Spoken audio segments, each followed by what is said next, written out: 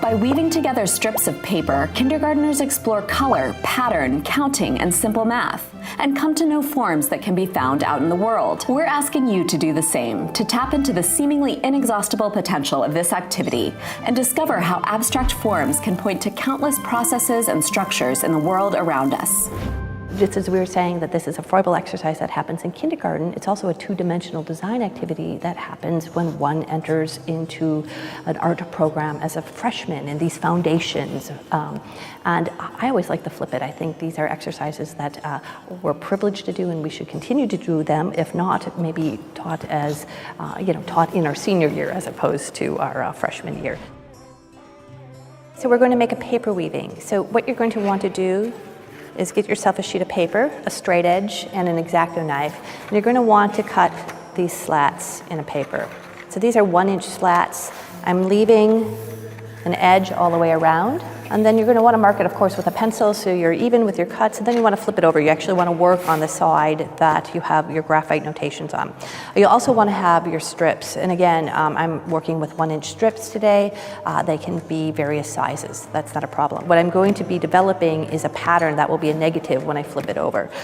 So very simply, start thinking about the pattern, start thinking about that math in terms of over and under and how many. So I'm going to go under 3, over 1, under 3, over 1. And then you're going to have, again, depending on numbers, in this case, I only went under 2 at the very end because I ran out of cuts.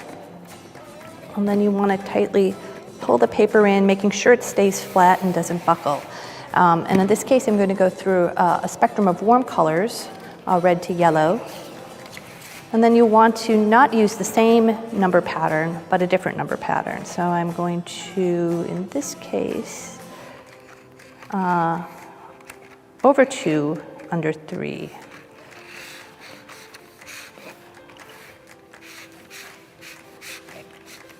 And then I line all the strips up on one side just so it's easy. I only have to cut one side when I'm finished. And then you're going to want to slip the next band down so it's pushed right up against the previous strip. To linger in systems of order, repetition, is hugely important. To think about ordering information, to think about patterns when they break, when they pull, when there is this funny tension between what is being indexed and the geometry of the support. To be able to see that, that's important. But there's also the condition of boredom, which is really important for me. Not in necessarily a place of meditation or a place of just pure discomfort. But I think within that space and time, one gets to play with time, think about those qualities, think about values. I've been referring to it as a state of boredom, which is a human condition, and I think we all need to embrace that. Okay, so once you've finished weaving the field of slats, you're going to want to finish it off. So I've been using, you can use this acid-free tape.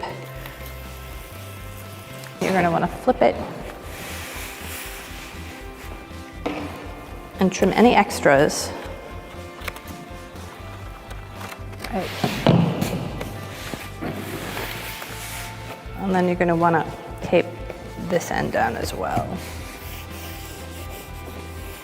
And then flip it over and see what the result is. So you can see here, I've actually given you 2 patterns, right? So you see this column here. So if you divide it vertically, instead of being continuously even throughout the field, you have a pattern on, in this case would be the left side or the right side, and then you have another pattern going on here. And then you can also see the pattern developed by the color.